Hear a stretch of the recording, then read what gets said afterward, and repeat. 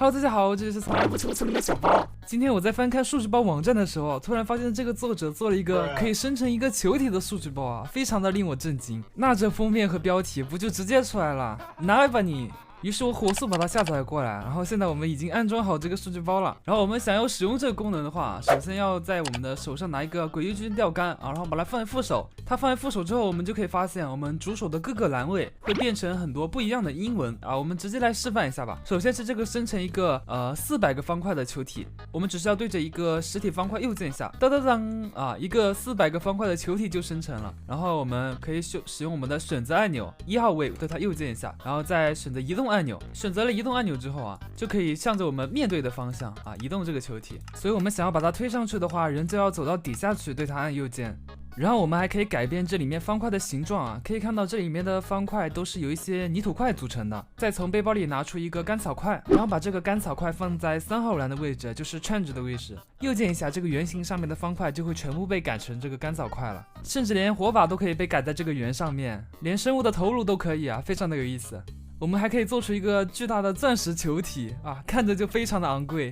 然后我们再来试一下它的其他能力吧。首先就是一个可以扩大的能力，我们按右键之后，这里面的钻石就会沿着中心往外扩展。哇，巨大的钻石球体，都可以把我们这个底座给包裹起来了。当然可以扩大，那肯定也可以缩小啊。我们重新弄了一点钻石块，这个钻石块也可以缩小成很小的钻石球体。好的啊，现在是缩回刚刚那个样子了啊，其实可以再缩一点。最小就是缩成这样子了。我们还可以生成800个方块和1600个方块的球体，和400个方块其实是差不多的啊。不过方块更多，它也更圆润，而且在被放大的时候，这个球体会更加密集一点，要连续放大很多次才会看到它的缝隙。说实话，这个数据包还挺好看的，只不过它没有碰撞体积啊。我们开一下观察者模式，可以看到这个数据包其实就是把一些方块给装在这个盔甲架顶上，然后它倾斜的角度是刚好对着这个球体的正中心的，这个设计还是非常巧妙的。该不会有人以为小包会只介绍这一个数据包吧？啊，那当然不是。我在逛这个数据包作者的主页的时候，又找到一个非常有意思的数据包。他在 MC 里面用命令方块做了一个磁铁，这个作者有点东西的呀，拿来吧你。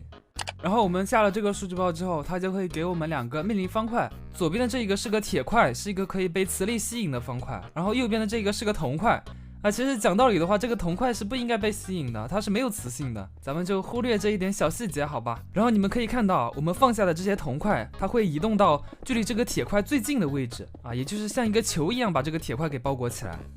然后这些方块在被我们破坏的时候，也会自动的补充移动，尽量向一个球形的形状靠拢。我感觉模样也可以做一个这样类型的磁铁方块呀，感觉好多数据包都是可以让官方学习一下的。